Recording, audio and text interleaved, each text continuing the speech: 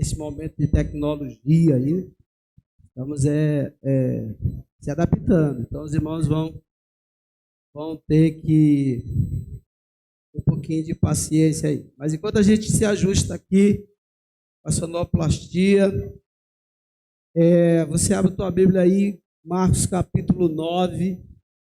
Marcos capítulo 9, o momento em que Jesus vai estar ensinando importantes.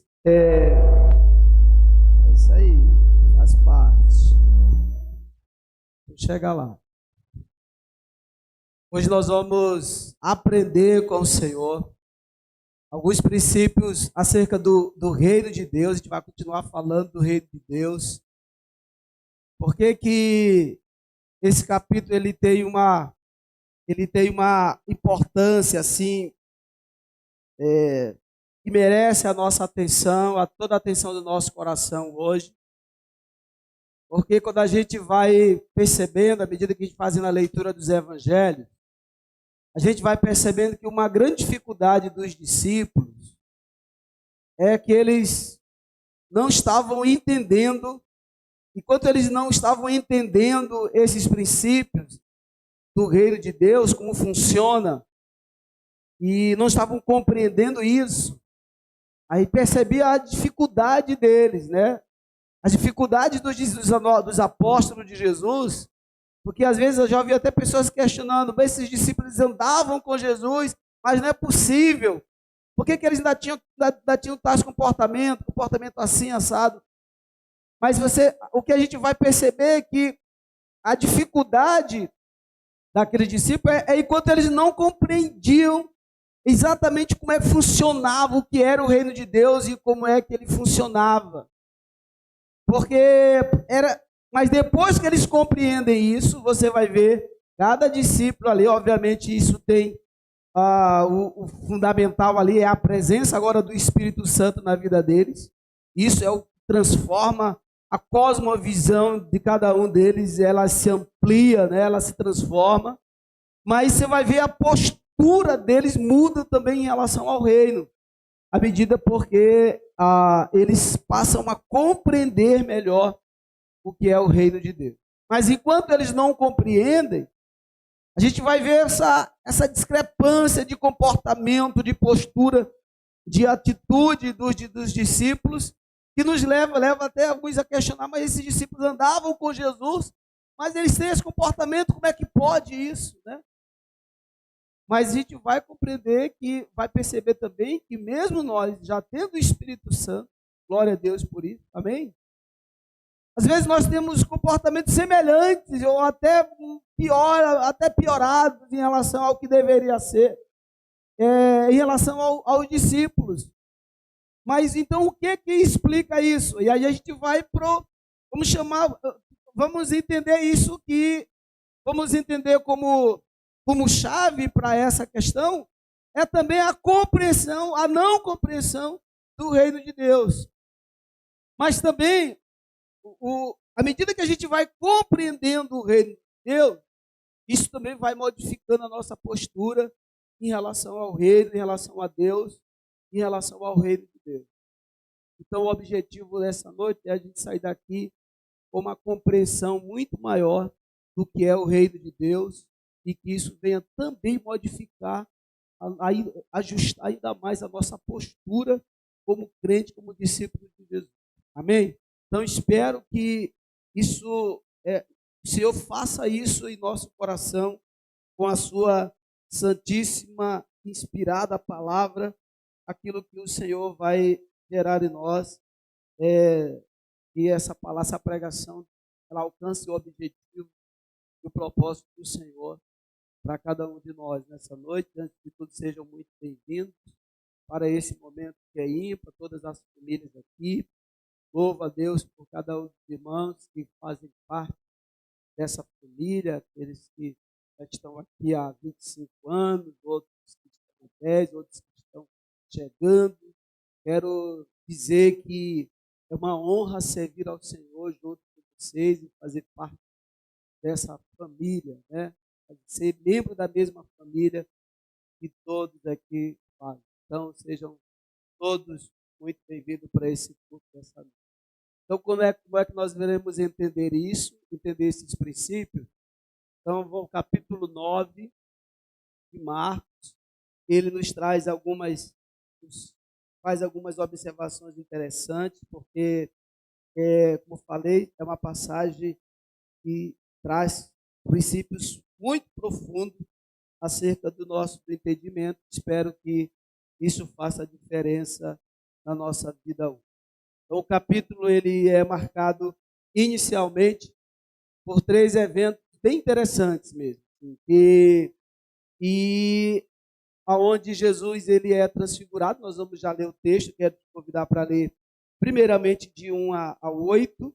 Vamos lá, de 1 a 8. A palavra do Senhor diz assim: E lhes disse: Garanto-lhes que alguns dos que aqui estão, de modo nenhum experimentarão a morte, antes de verem o reino de Deus vindo com poder.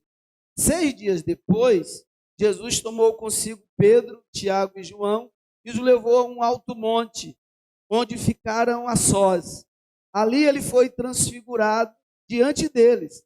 Suas roupas se tornaram brancas, de um branco resplandecente, como nenhum lavandeiro no mundo seria capaz de branqueá-las. E apareceram diante deles Elias e Moisés, os quais conversavam com Jesus. Então Pedro disse a Jesus: Mestre, é bom estarmos aqui. Façamos 3 tendas, uma para ti, uma para Moisés e uma para Elias. Ele não sabia o que dizer, pois estavam apavorados. A seguir apareceu uma nuvem e os envolveu, e dela saiu uma voz que disse: Este é o meu filho amado, ouçam-no. Repetidamente, quando olharam ao redor, não viram mais ninguém a não ser Jesus. Então, esse que costuma chamar de o evento da transfiguração, né, de Jesus, que aonde aparece ali Moisés, que representando a lei, e Elias representando os profetas. O objetivo aqui desse evento, dessa cena, é deixar claro para os discípulos sobre a glória de Jesus, a glória de Jesus, e para cumprir aquilo que o próprio Jesus tinha dito antes. Lembra que lá na oração de João 17, ele vai agradecer a Deus: Pai, obrigado por causa da glória que tu me deste. Então aqui o momento da transfiguração é o momento onde os discípulos eles presenciam essa glória que se manifesta através daquele evento que é completamente sobrenatural. E o que acontece? E aí, também para cumprir aquilo que ele já tinha dito antes. Lembra que no versículo 1 ele está dizendo que alguns daqueles que estavam com ele não morreria antes de ver o reino de Deus vindo em poder e glória. Mateus vai fazer esse acréscimo em poder e glória. Então, talvez, eu lembro que quando eu me converti, comecei a ler a Bíblia, né? E eu o Novo Testamento. E aí esse versículo me intrigava demais. Como assim? Alguns que, ele diz assim: garanto que alguns do que aqui estão, de modo nenhum experimentarão a morte antes de ver o reino de Deus vindo em poder. Eu ficava inquietado, porque eu entendi eu entendi isso aqui literalmente, né? Então, olhava para, como assim, ainda tem algum deles vivo? Porque Jesus ainda não veio, o reino ainda não se manifestou plenamente, e ainda tem, será que tem algum discípulo vivo esperando isso aqui se cumprir? Né? Talvez você já fez essa pergunta, mas aqui o Monte da Transfiguração, esse evento, vai explicar exatamente isso, vai cumprir exatamente isso que Jesus acabou de falar, né? Jesus tinha garantido para os discípulos no momento anterior. Então, esses discípulos viram como Jesus virá em glória, e Moisés e Elias representam a confirmação tanto da lei como dos profetas que apontavam para o Messias que viria, né? Apontavam para Jesus Cristo. Então, a voz, logo em seguida, vem a voz do céu, e essa voz do céu é a voz do Pai, que repete a mesma declaração que ele fez a Jesus lá no batismo, né? Ele diz: "Este é o meu filho amado, em quem me comprazo." E aqui ele acrescenta: "Ouçam tudo que ele disser." Ouçam. E aí eu quero só lembrar que a diferença é de escutar e ouvir. Você sabe a diferença de escutar e ouvir? Quando a gente escuta, a gente só faz diferença de sons, né, de timbre. Mas quando a gente ouve, a gente se compromete com aquilo que a gente escuta. A escuta é a capacidade de discernir som, voz. O ouvir é o comprometimento com aquilo que a gente escuta. E aí Deus diz: "Este é meu filho amado, em quem me compraram." Ouça tudo que ele disser. Ou seja, se comprometa com tudo que ele lhes disser. Esse é um princípio fundamental para nós que pertencemos ao reino de Deus. Não há vivência no reino de Deus sem comprometimento com ele. E não há como se comprometer se a gente não entender o que significa o reino de Deus, né? E aí no versículo de 9 a 13, tem um segundo evento. Vamos ler aí, lê comigo aí o segundo 9 de 9 a 13. Enquanto desciam do monte, Jesus lhe ordenou que não contasse a ninguém o que tinham visto, até que o Filho do Homem tivesse ressuscitado dos mortos. Eles guardaram o assunto apenas entre si, discutindo o que significaria ressuscitar dos mortos. E lhe perguntaram: por que os mestres da lei dizem que é necessário que Elias venha primeiro? Jesus respondeu: de fato, Elias vem primeiro e restaurará todas as coisas. Então, por que está escrito que é necessário que o Filho do Homem sofra muito e seja rejeitado com desprezo? Mas eu lhes digo: Elias já veio e fizeram com ele tudo o que quiseram, como está escrito a seu respeito, né? Versículo 13. Então, o segundo evento, ele vai marcar essa pergunta, esse debate entre os discípulos, né? Estavam se debatendo, tipo, Jesus tinha acabado Jesus tinha acabado de falar novamente, né, acerca do princípio do reino de Deus, que era a cruz e a ressurreição. Veja que Jesus não só aqui, mas lá no final do versículo 8, quando ele chama vinde a mim, quando ele diz, negue-se a si mesmo, toma sua cruz e siga-me. Jesus está apontando ali o caminho da cruz e logo depois o caminho da glória. Ele está chamando os seus discípulos para esse comprometimento total com o reino de Deus, e esse comprometimento é o caminho da cruz, mas que também é o caminho da glória. Então ele está falando disso antes, aqui ele fala de novo.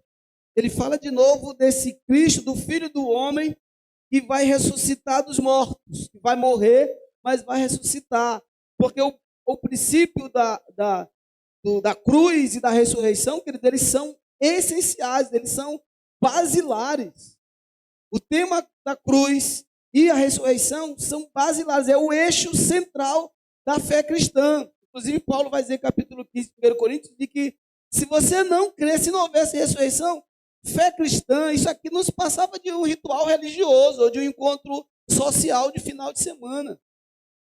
Então, o tema cruz e ressurreição é fundamental para a nossa compreensão. Jesus fala de novo desse assunto, mas só que inclui a morte do Messias, né? Então vamos imaginar, eles estão entendendo que Jesus é o Messias. Eles estão entendendo, eles estão inclusive com a expectativa em cima disso. Mas só que quando Jesus fala que esse Messias vai morrer, isso já quebra, isso já bloqueia. Pronto, já bloqueia o entendimento deles. E aqui eles fazem isso. E depois que Jesus fala de novo isso, ele diz assim, aí eles começam a discutir entre eles, mas e aquele lance lá? O evento, viu aquele, tipo assim, aquele evento transfiguração, foi fundo. A gente, aquilo ali é maravilhoso. Eu nem queria, talvez, eles três conversando, né? Eu nem queria descer do monte. Aquilo ali é fantástico. Gente, que glória, não sei o quê. Aí um diz assim, mas e aquele lance de morrer e ressuscitar do morto? Eu não entendi aquilo ali. Ele ficou meio fora. Ele ficou meio fora de assunto. Eu não sei. Será se o mestre está bem? Porque ele, depois de um evento desse maravilhoso, ele mete esse negócio aí de morrer, de ressuscitar do morto. Aí, não. Aí o discípulo, é mais ou menos essa discussão aqui, irmão, sério. Eu não estou entendendo isso aí, não.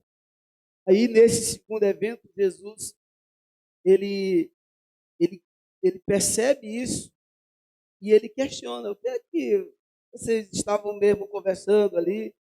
Então, só que o que os discípulos eles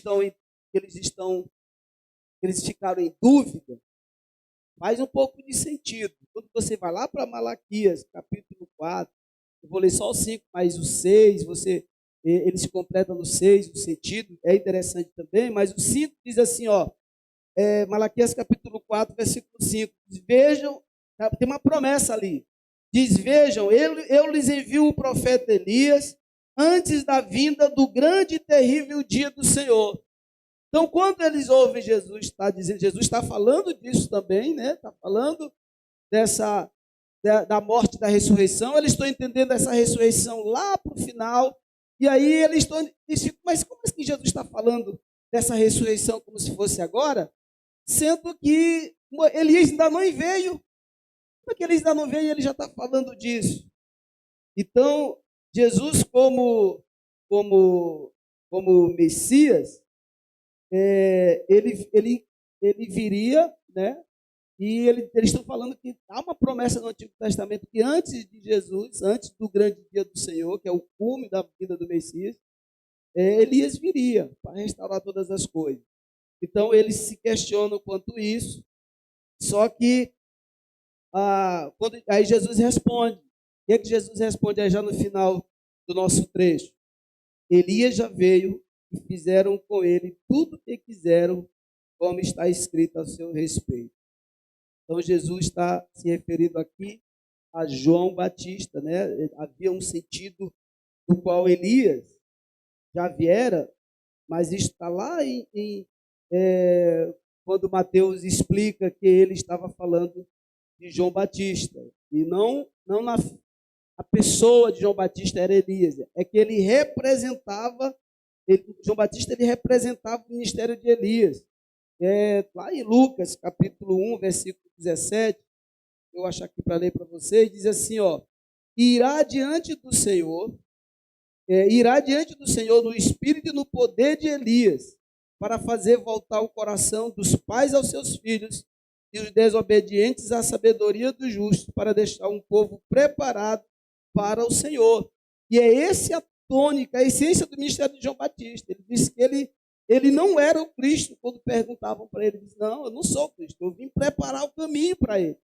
Então, Jesus está dizendo, olha, Elias já veio, que é João Batista, e vocês fizeram o que quiseram com ele, falando da morte de João Batista, né?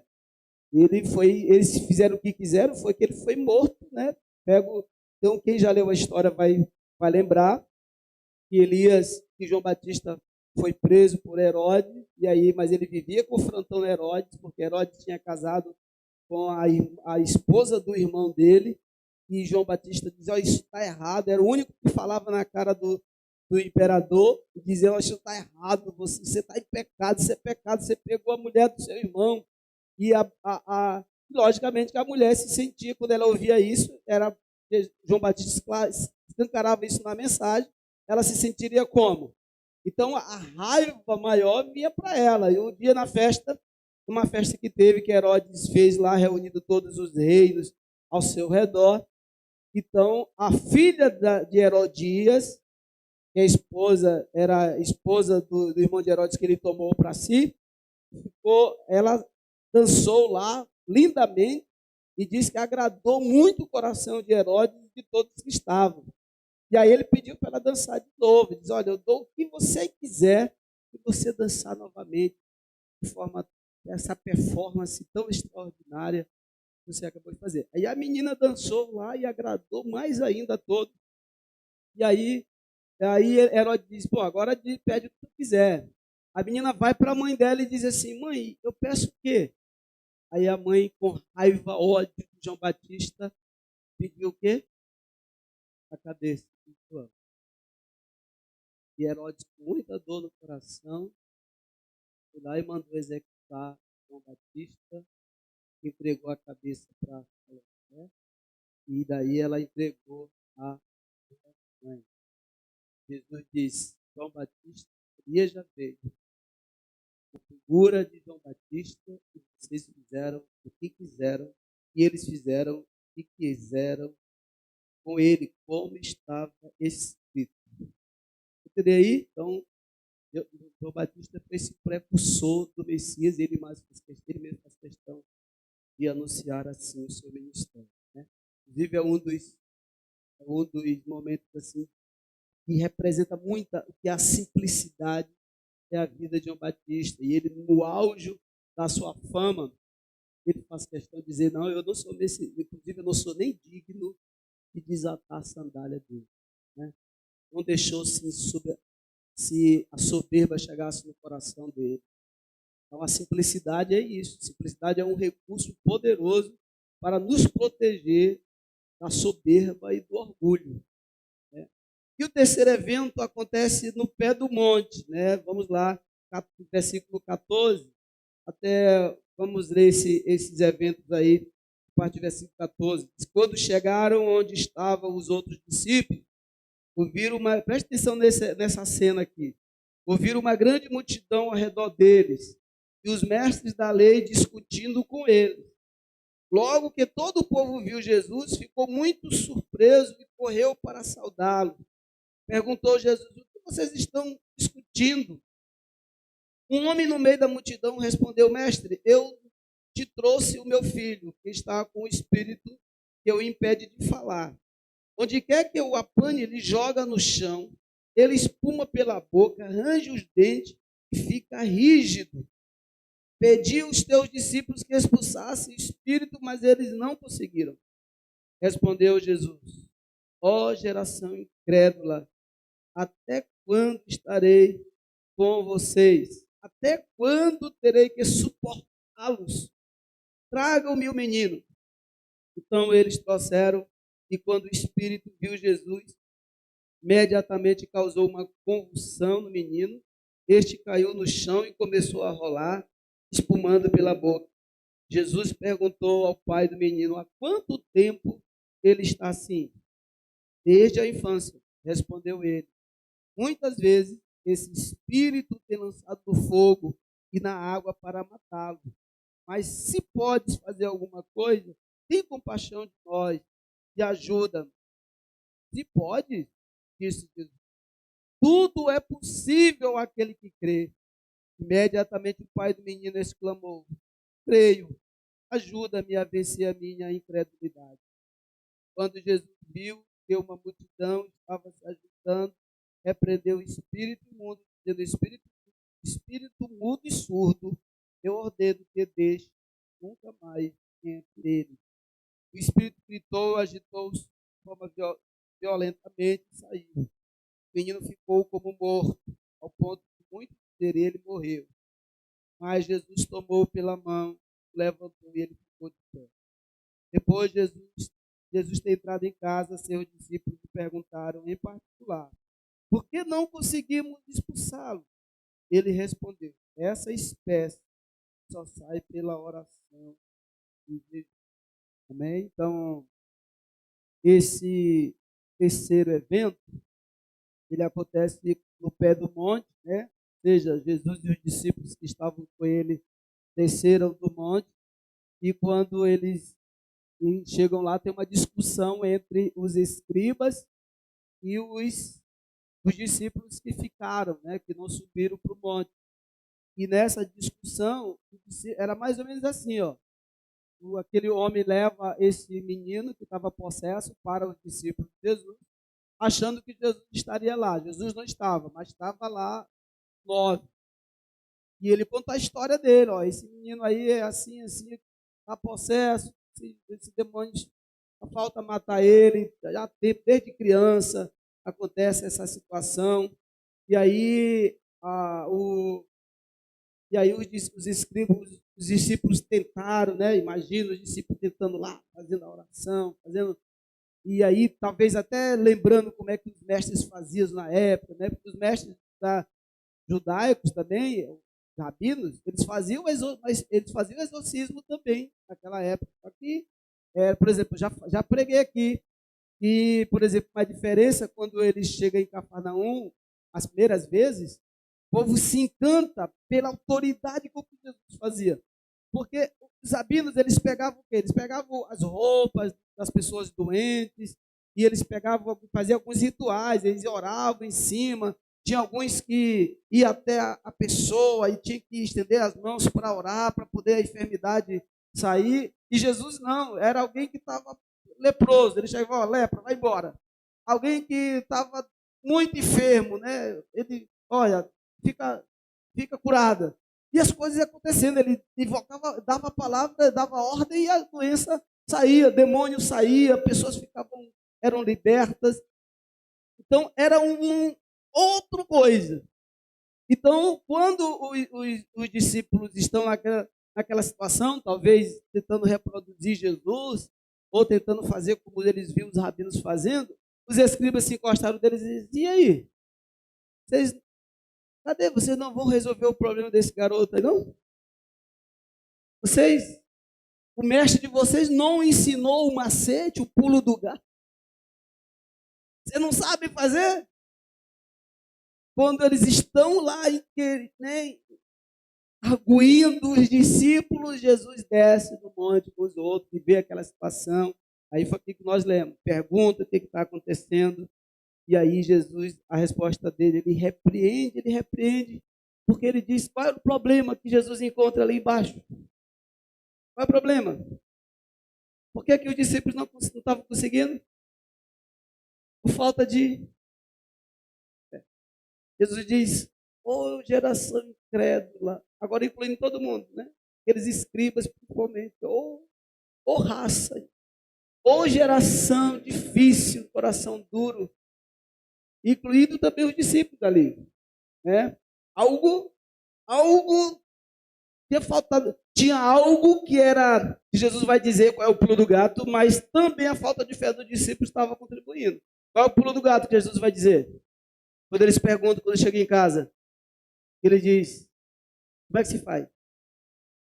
Ele diz que tem situações no reino de Deus que você só resolve com oração e jejum. Porque jejum é uma das mais contundentes expressões de fé em Deus, sabia? Eu sei que talvez você tenha o próprio conceito, entendimento acerca de jejum, né? Às vezes pastoreei uma pessoa, não aqui, né? Ele era muito cri-cri, ele era uma espécie de xiita evangélico, viu, Luiz? Ele era uma espécie de xiita, ele era cri-cri mesmo em tudo. Mas ele é tão xiita que às vezes ele ficava chato para lidar com ele até, era muito feio. E aí ele dizia assim, por que eu vou fazer jejum? Se eu fizer jejum, eu vou estar anulando o sacrifício do Senhor Jesus. Está bom, irmão. Mas vai lá na sua fé, porque na minha eu faço, eu preciso fazer. Na minha fé, eu preciso fazer. Jesus está dizendo, tem situações, tem tipo de demônios, por exemplo. Ele fala de casta, é tipo de demônio. Que é só coração e Jesus. Tem situações do reino de Deus, irmão, que é coração e Jesus. A igreja, inclusive, jejum é uma das disciplinas espirituais fundamentais. Tem um livro de Foster que é Celebrando as Disciplinas. Celebrando as Disciplinas. Ele fala de várias disciplinas espirituais, oração, jejum, solitude. É um livro muito bom. Você recomendo esse livro. celebrando a disciplina de Costa, e ele é muito esclarecedor, muito mesmo, luz da palavra. Então Jesus está dizendo que ensina aqui que não, que tem situações do reino de Deus que só com oração e jejum. Aí ele se volta para o pai e pergunta, e o pai se aproxima e ele pergunta: pai, há quanto tempo que esse menino está assim? Desde criança, desde menino. E aí, quando Jesus se aproxima, na verdade, antes disso, Jesus se aproxima dele, o demônio vê Jesus e parte para cima do menino de forma violenta. Aí mesmo que ele arrebenta para matar o menino cai de novo, espumando e convulsionando.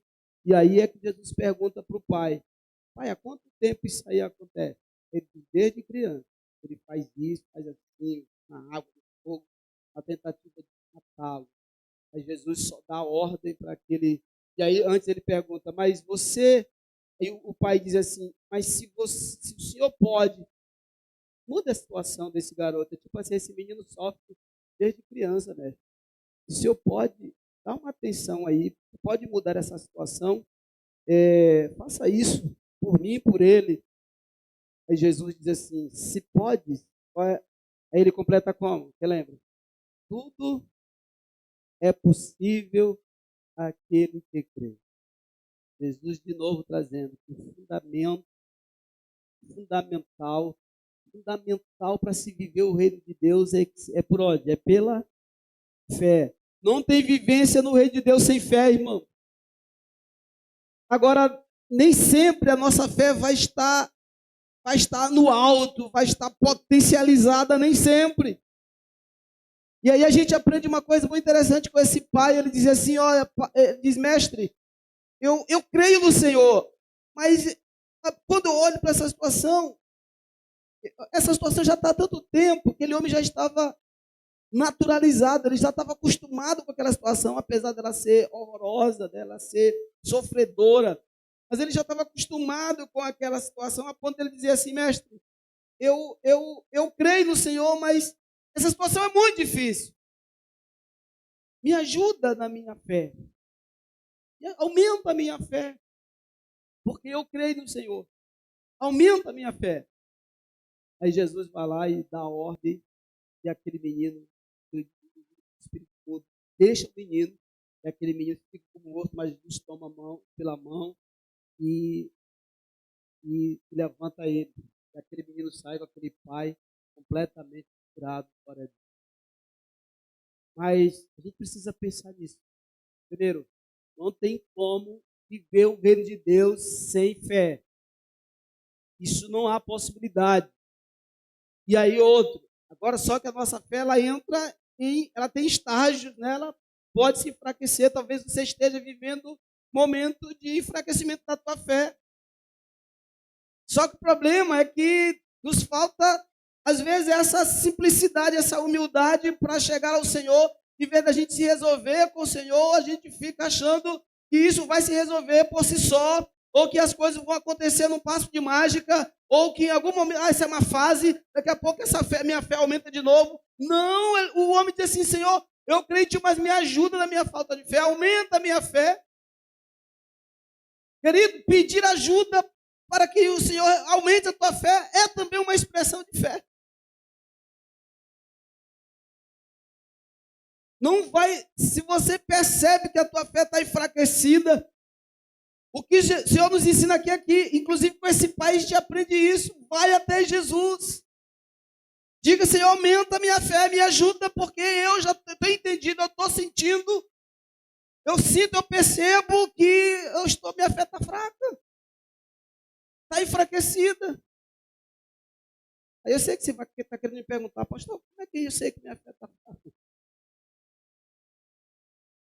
Alguns, né? Porque eu sei que também alguns já sabem. Mas, irmão, uma coisa simples, quando você está totalmente voltado para as coisas do mundo, desta vida, as coisas do mundo têm mais prazer, chamam mais a tua atenção do que as coisas de Deus, do que, por exemplo, a oração, do que jejum, do que a meditação da palavra. Dando um exemplo simples, cotidiano.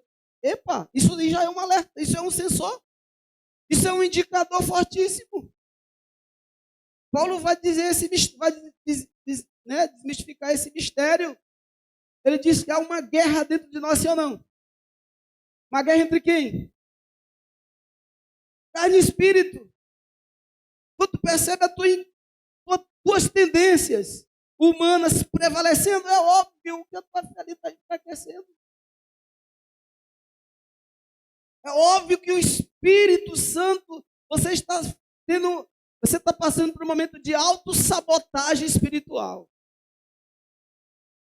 Porque você está alimentando mais a carne, muito menos o espírito, de autossabotagem. Dá para entender aí? Amém ou não? E aí, então, Jesus despacha aquele pai com aquele menino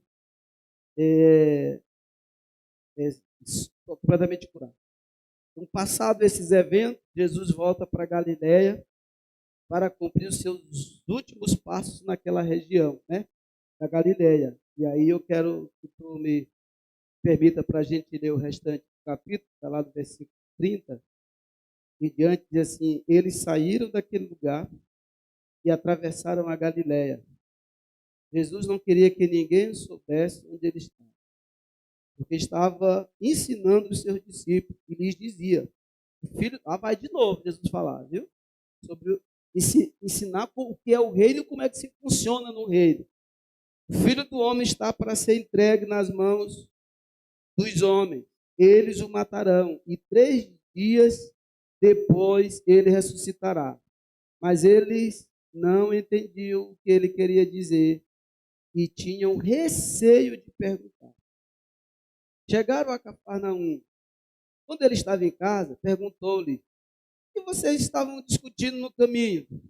Mas eles guardaram silêncio, porque no caminho eles haviam discutido sobre quem era o maior. Assentando-se, Jesus chamou os 12 e disse: se alguém quiser ser o primeiro, será o último e servo de todos.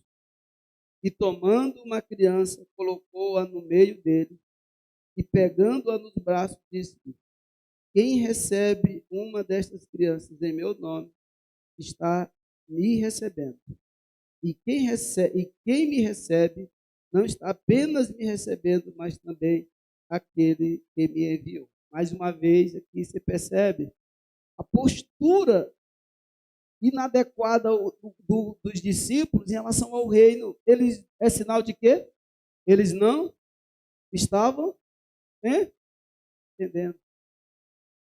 Não estavam entendendo. Quando Jesus fala da morte do Filho do Homem, que irá morrer, mas ressuscitar, da morte e da ressurreição, eles não entendem. Outra prova de que eles não entenderam nada ainda acerca do reino de Deus é que eles estão agora discutindo quem é que vai liderar o grupo. Olha só, olha a sutileza dessa conveniência, né? Eles não entenderam, estavam dando uma de João sem braço sobre a morte e a ressurreição, mas, por outro lado, eles estão discutindo quem vai ser o primeiro, quem vai liderar o grupo, na perspectiva de que Jesus vai morrer. Olha com que eles estavam preocupados. O entendimento deles era conveniente. Será que tem crente assim, irmão? Hoje não. Não. Mas eles estavam entendendo o reino de Deus à medida da sua própria conveniência, porque eles estão entendendo. Disseram que não estavam entendendo que Jesus estava falando dele morrer e ressuscitar, mas eles estão discutindo que quando ele for, quando ele morrer, quem que vai liderar o grupo? Quem vai ser o primeiro? Quem vai ser o chefe? Né? Tem um dos outros evangelhos, Mateus, que vai dizer que isso é um pedido de uma das mães, porque, na verdade, os 3 aqui, eles são primos de Jesus, né? Então, a questão é, tipo assim, eles se acham direitos, né? É tipo assim, ó, quando ele for, deve sobrar, ele é a nossa família que vai liderar essa parada aqui, mas quem é que vai ser? Ó, eu tenho essa autoridade, né? Pedro diz assim: não, É claro que sou eu, estou mais preparado, né? Você entende o nível da discussão que Jesus está repreendendo? Você já viram essa discussão no meio da igreja? Já viram? Quando você vê essa discussão, o que significa? Quando você ouvir essa discussão de novo, o que você vai deduzir daquelas pessoas que estão discutindo? É claro que você não vai estar no meio dessa discussão, você não vai pensar assim mais. Mas quando você vê uma discussão dessa, o que vai estar deduzir, o que você vai entender daqueles irmãos? Eles não estão entendendo nada do que é o reino de Deus. Porque o que Jesus vai dizer é isso, o reino de Deus não tem isso. O reino de Deus não tem, não funciona assim. A escala, a pirâmide hierárquica do reino, ela é diferente. Ela é diferente.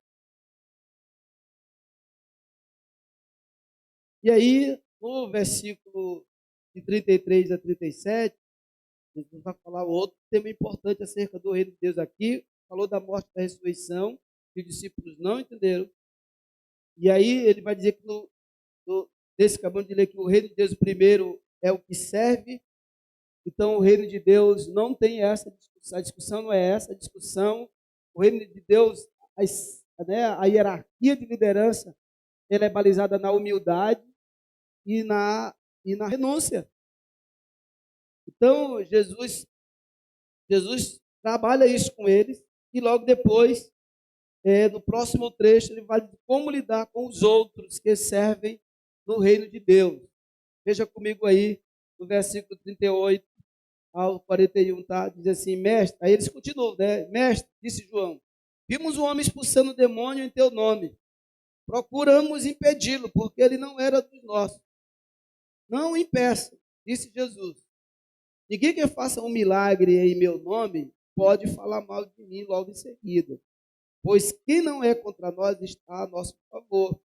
Eu lhes digo a verdade, quem lhes der um copo de água em meu nome, por vocês, por vocês pertencerem a Cristo, de modo nenhum perderá sua recompensa. Então, os discípulos, eles veem alguém expulsando o demônio, mas não era nenhum dos 12, eles ficaram chateados, enciumados, né? E pedem para Jesus calar a boca dele. E aí Jesus olha para o texto, olha no texto aí você vai ver Jesus repreendendo os discípulos, buscando o quê? Corrigir aqueles ciúmes, e corrigir também aquele zelo fanático de seita, porque esse que é um dos comportamentos da seita. Toda seita diz que eles é que são os verdadeiros, é o que eles fazem, é como eles vivem, que é de verdade, é que é sagrado. O que os outros fazem, isso aí é do diabo, é coisa, é mundano, é profano. Isso é pensamento de seita. Jesus repreende eles, não é assim, o reino de Deus não é assim. No reino de Deus, se a pessoa fizer qualquer serviço que for, que seja simples esse serviço, mas que o propósito ali é glorificar ao Senhor, é fazer o reino de Deus avançar e glorificar a Deus, está valendo. Tem a mesma importância.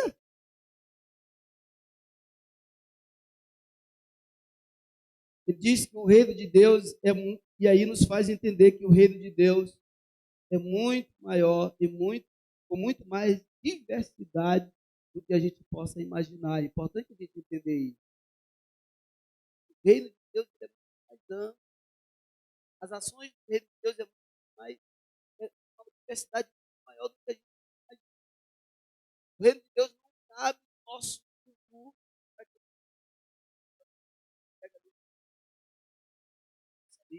E para ler o cardápio, né? O cardápio. O reino de Deus é muito mais amplo. Há uma diversidade ampla de serviços. Jesus está dizendo nosso serviço que seja, se for para a glória de Deus, está valendo. Amém? Glória a Jesus. E ele vai fechar aqui a parte final do capítulo, a partir do versículo 42. diz que se alguém quiser tropeçar, um destes pequeninos que crê em mim, seria melhor que fosse lançado no mar com a sua grande pedra amarrada no pescoço. Aí ele vai entrar, ele vai ilustrar isso, dizendo assim, ó, se a sua mão fizer tropeçar, corta. É melhor entrar na vida mutilado do que tendo as duas mãos e ir para o inferno, onde o fogo nunca se apaga, onde o seu verme não morre, o fogo não se apaga. Se o seu pé o fizer tropeçar, corta. É melhor entrar na vida aleijado do que tendo um dos dois pés e ser lançado no inferno, onde o seu verme não morre e o fogo não se apaga. Se o seu olho o fizer tropeçar, arranque-o. É melhor entrar no reino de Deus com um só olho do que tendo os dois olhos e ser lançado no inferno, onde o seu verme não morre e o fogo não se apaga. Cada um será salgado por fogo. O sal é bom, mas se deixar de ser salgado, como restaurará o seu sabor? Tenha sal em vós mesmos e vivam em paz. O que o Senhor está nos ensinando aqui acerca do reino? Nessa sessão que ele fala sobre os tropeços, os escândalos. Uma vez, um irmão, lá na igreja que eu me converti,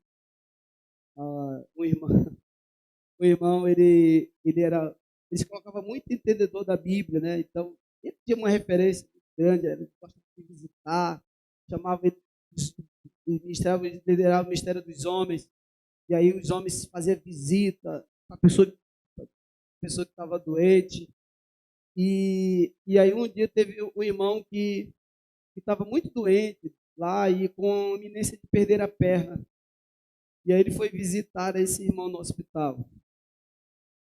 E aí, quando ele chegou lá, irmãos, é sério, vocês acreditam qual foi o texto que ele usou para consolar aquele irmão que estava ali no hospital, na iminência de perder a perna por causa da diabetes? Eu não acreditei. Eu era novo convertido, não tinha entendido muito bem ainda esse texto, já achei um absurdo. Agora que a gente vai compreendendo mais, depois que passei a compreender esse texto, eu achei muito mais absurdo ainda a pessoa usar esse texto para consolar alguém que está na iminência de perder um membro por alguma coisa. Você entende qual a diferença que faz quando você compreende a palavra? Precisa compreender a palavra. E o que Jesus está dizendo aqui? Está falando dos tropeços, né? E aqui ele nos ensina, na verdade, se tiver alguma coisa em mim, se tiver alguma coisa em mim que me leva a pecar, ou leva outros a pecarem, é melhor eu arrancar aquilo de mim. Isso inclui tudo. É o que eu faço, é com as mãos, é para onde eu vou, é o lugar em que eu frequento, é os meus alguns costumes que eu tenho, é minha forma de enxergar a vida, do olho, da visão, ou seja, como eu entendo a vida, se isso é pecaminoso e faz levar alguém a pecar, eu tenho que modificar isso. Inclusive, Jesus vai a metáfora é para dizer que eu devo tomar todas as medidas possíveis e até radicais, se for necessário, para evitar que eu peque e evitar que eu leve outros a pecarem. É isso. A metáfora aqui dos membros, ela é uma metáfora, né? Então, o que Jesus está dizendo agora, ele está falando sobre o pecado, ele está falando algo que é muito profundo. Inclusive, de manhã estivemos aqui na escola, quem veio vai lembrar, né? Falamos disso. O pecado é algo que é muito profundo, que Jesus ensina aqui. Ele está dizendo, inclusive, que por que eu devo lutar tanto contra o pecado em mim? Ele está dizendo que a maior ameaça do pecado em mim não é o que está fora, é o que vem de mim. Então, naquilo, eu não posso fechar os olhos para a luta contra o pecado que é em mim. Hebreus vai dizer que todos nós temos um pecado que constantemente nos rodeia. Então, o que Jesus está ensinando aqui acerca disso é: se eu percebo que tem algo em mim que me faz pecar, que me ameaça a pecar, ou que me faz pecar e que leva outros a pecar, eu devo cortar, eu devo modificar. Seja, mas isso aqui é simples, pastor. Claro que a gente precisa entender isso no sentido de que nós não somos responsáveis pela, pela maturidade dos outros. É porque depois alguém pode, pastor, mas se eu, pode levar isso para a questão da liberdade, né? Cada um tem. Não, eu tenho minha liberdade na minha maturidade, pastor. Então, os outros vão ficar agora me tolindo por causa da imaturidade de irmão que não quer crescer. Não sei o que, eu já ouvi esse discurso, tá, gente? O texto está falando disso aqui, por favor. O texto está dizendo que quando eu percebo, se eu percebo que tem algo em mim, então as mãos, os olhos, os pés são coisas minhas que estão em mim, que faz pecar, ou que isso leva outros a pecarem, eu preciso tomar todas as medidas possíveis para arrancar aquilo. Amém? Claro aqui? E aí, e por isso ele usa essas curas aqui. E aí ele diz que à medida que eu vou percebendo isso, por que ele vai dizer isso para falar desse impacto do pecado? Ele vai comparar dizendo por que eu preciso não deixar de lutar contra o pecado em mim. Ele faz a relação do pecado, né? A Bíblia diz que o salário do pecado é o quê? O que é a morte? Separação eterna de Deus. Isso, por que precisa fazer isso? Ele vai dizer, olha, porque várias vezes nos fala do inferno nesse impacto, assim. Falando do inferno nessa perspectiva. Porque às vezes você está, mas por isso que ele fala, tanto você evitar, né, lutar contra o pecado em você, quanto lutar contra coisas que levem outros a pecarem. Porque ele diz, o inferno é uma realidade terrível. E por que ele fala de inferno aqui? Porque o inferno está relacionado ao pecado, porque o salário do pecado é o inferno, né? Que é a morte, que é a separação total do Senhor. Então ele vai encerrar dizendo: tendes sal em vós mesmos, né? O sal é bom, mas se deixar ser salgado, ou seja, ele está dizendo, lute contra o pecado para que você nunca perca a tua capacidade de influenciar positivamente as pessoas. Correto? Porque se deixar, sal deixar. E se lembra do sal que ele fala lá em Mateus capítulo 5, né? Que vós sois sal da terra, falando de referência, de testemunho. Então, lute contra o pecado todas as formas possíveis para que você não perca a autoridade, a capacidade de influenciar o reino de Deus. Né? Tenha sal em vós mesmos e vivam em paz uns com os outros. Né? Lembra que ele está fechando, falando daquilo que ele percebeu nos discípulos anteriormente.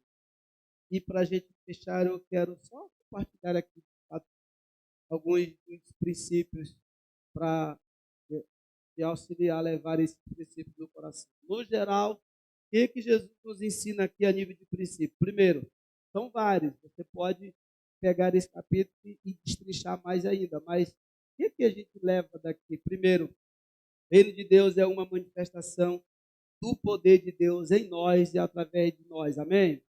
Que é o reino de Deus? É a manifestação do poder de Deus em nós e através de nós. Então, Jesus vai estar no final, até no capítulo 8, falando, ele está chamando-nos a esse compromisso real com o Senhor. Ele está dizendo, está nos chamando a retomar a cruz, renunciar a tudo, tomar a cruz e segui-lo. Ele está nos chamando para esse caminho da cruz, que é também o mesmo caminho da glória. E quando a gente, então, faz esse comprometimento com o Senhor, O poder, o reino de Deus, ele passa a se manifestar em nós e através de nós. Como eu falei, é muito clara a diferença entre os discípulos antes deles compreenderem o que era o reino de Deus e se permitirem, antes que o reino de Deus entrasse neles, eles tinham uma postura. E outra postura quando então eles foram tomados pelo rei. Você vê outros homens. Vê Pedro, a figura de Pedro, é um homem abnegado. Uma característica dos discípulos, depois que eles entendam o reino, que o reino agora faz parte da vida deles, é a abnegação, é o compromisso, é a dedicação, é a entrega. A vida deles perde sentido para eles mesmos, porque agora eles se dedicam a Deus e ao reino de Deus. E eles passam a experimentar esse reino dentro de si e também manifestar esse reino para outros. Tanto que é a partir deles que o evangelho chegou até nós. Tão profundo foi a entrega, o compromisso daqueles homens, que o evangelho chega até nós. E o evangelho e a igreja do Senhor, ela está de pé, como nós cantamos. Então faz toda a diferença quando nós compreendemos que é o reino de Deus, né? E quando nós permitirmos que esse reino impacte a nossa vida. Porque isso significa que também isso vai impactar outras pessoas. Você pode imaginar alguém ao seu redor em que Deus está querendo impactar a vida delas com o poder desse reino? Então, abra o teu coração para o reino. Mateus 6,33 diz exatamente isso. Devemos buscar o que em primeiro lugar? O reino, deixa o reino de Deus te impactar de tal forma que ele passa a ser a tua prioridade, a primeira coisa na tua mente, no teu coração. Porque aí aonde você estiver, você está vivendo o reino, você vai estar manifestando o reino no teu trabalho, na tua escola, na vizinhança, onde você for, você vai estar manifestando o reino. Buscar em primeiro lugar o reino de Deus e a sua justiça e as outras coisas serão acrescentadas. Ariel, já achou já, é porque, né, a pessoa fala com o corpo todo, e aí a hora bate aqui e tal, mas tá. Outro princípio importante para a gente levar daqui é que a pirâmide hierárquica do reino de Deus, ela é invertida, porque a base é a humildade e a renúncia. Até falamos disso. Então, o reino de Deus, a base é a humildade, é a renúncia, é a simplicidade. E quem está hierarquicamente acima se prontifica a servir, estimulando os outros que estão abaixo dessa hierarquia a servir mais ainda e alegremente no Senhor. Essa hierarquia de liderança é diferente, o reino de Deus é diferente ao mundo, é muito diferente. O mundo é balizado na ganância, na soberba, o reino de Deus é na humildade, na renúncia.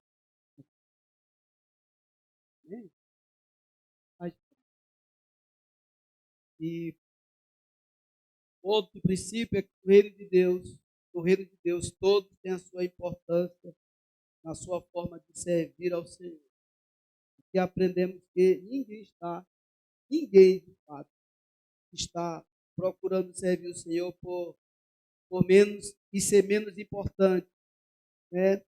Porque o que importa é que no serviço ele esteja a busca pelo que faz, não é o cerne não está no que a gente faz, mas ou o propósito pelo qual estamos fazendo. É glorificar a Deus, é manifestar o reino de Deus. Jesus está dizendo, então, não tem como excluir isso. Não tem como excluir isso, né? E por último, o outro princípio é que na luta contra o pecado, todas as medidas são necessárias, inclusive as radicais.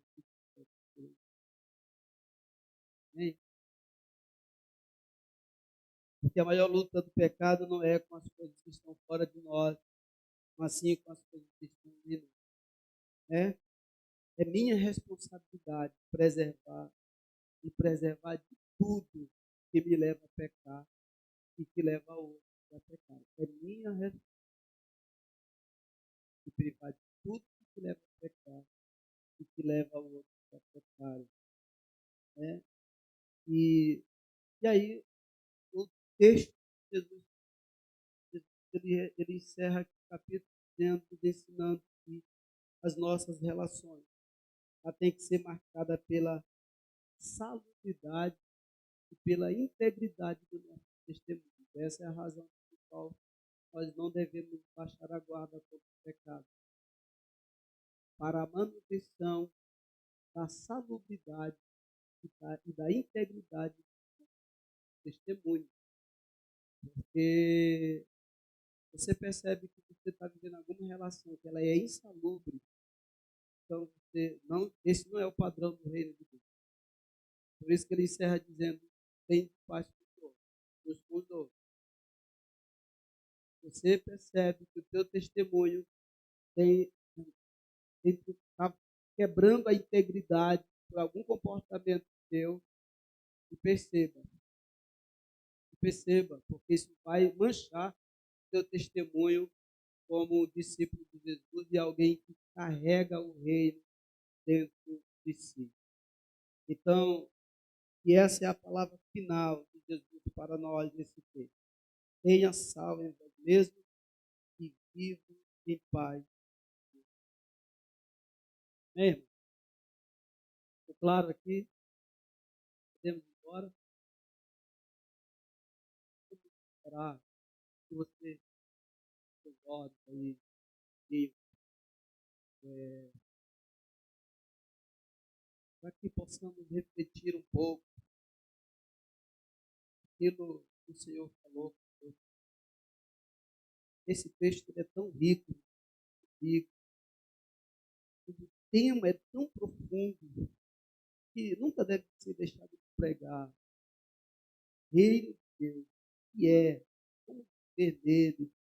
Veja quantas coisas Jesus nos ensinou, nos ensina nesse texto. Quantas coisas o Espírito Santo trouxe ao nosso coração, nessa palavra. Então, quero pedir que você não saia de nada, em nada indiferente daquilo que o Senhor falou com você. Não tem como saber o que Deus falou. Mas eu sei que Ele falou.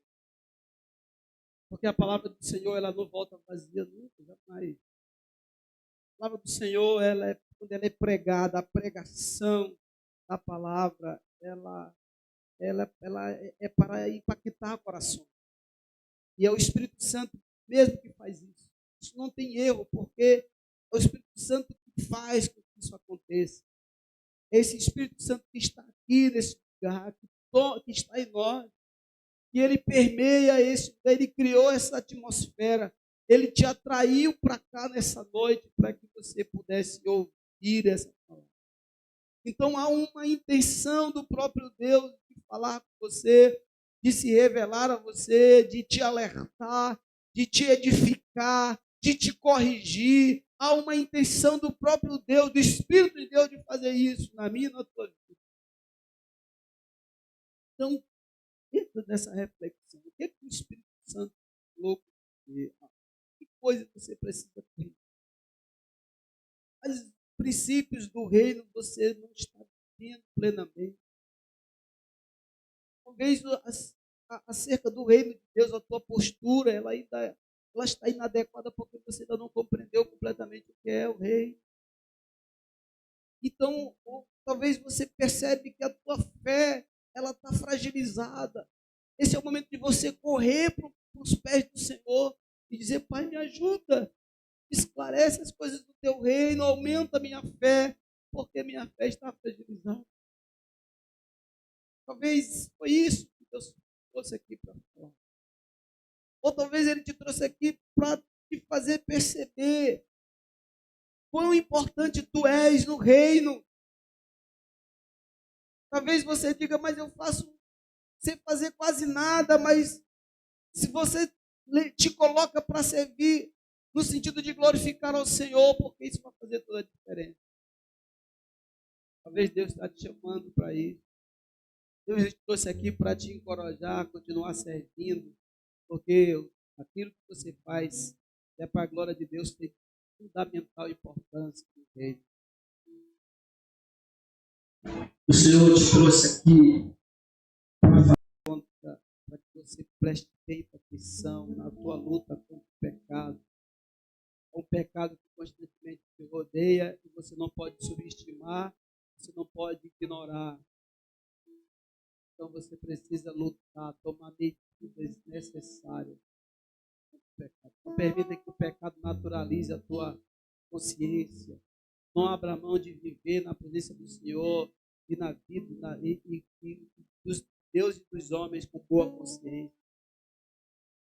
Não deixe o pecado alterizar a tua consciência. Luta, luta, luta. Talvez Deus falou, o Espírito Santo falou em todas essas coisas ou em algumas. Se Ele falou com você, minha oração aqui agora é para que você responda. Mude de atitude, se arrependa, mude de atitude e te coloque diante de Deus.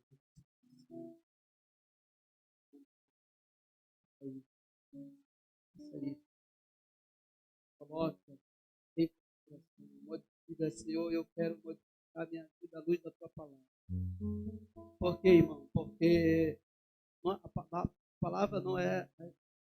A vida no reino não é a gente tentar ajustar a palavra ao que nós queremos fazer e viver. É nos ajustar ao nosso modo de viver a palavra. Respeita o nome. Vamos ficar em pé. Tá? Vamos todos pedir ajuda ao nosso Pai. Nos ajude. E pela nossa criatividade. Nosso Pai.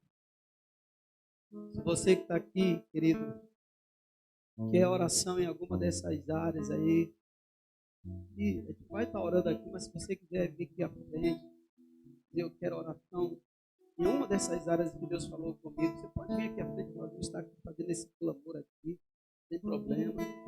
Se você que está afastado do Senhor e quer te reconciliar, vem aqui também para a gente fazer esse momento de oração, de fortalecimento. Se quer entregar a tua vida a Jesus, também vem aqui à frente, nós queremos orar por você, para abrir esse espaço, verdade no poder do Espírito Santo. Então, se você quiser fazer qualquer uma dessa manifestação pública de algum compromisso com o Senhor Jesus, vem aqui que a gente faremos orar. Tá? Vamos orar. Pai bendito, nós colocamos diante de Ti as nossas vidas. Diante da Tua palavra, o que nos faz, o que temos a fazer, Pai, é nos curvar ao Senhor. Porque nós nos rendemos a Ti. Tu és o Senhor sobre nós. O Senhor sabe, a Tua vontade ela é boa, perfeita e agradável. Os caminhos que o Senhor tem para nós, os planos são caminhos de bem, não de mal, de paz, para nos dar um futuro melhor. Todas as coisas cooperam para o bem daqueles que te amam, que são chamados segundo o teu propósito. Então, o Senhor tem interesse em modificar as coisas para nos fazer caminhar ajustadamente ao Senhor. Então, estamos aqui diante de ti, nos ajustando à tua palavra, nos ajustando aos teus propósitos e nos ajustando à tua vontade, Pai. Nos ajuda na nossa fraqueza e na nossa luta, e cada um aqui pode identificar. O que nos ajuda nesse desejo de mudar a nossa vida para glorificar o teu nome acima de tudo. É a nossa oração, nosso clamor a ti, Pai, em nome de Jesus. Amém. Amém.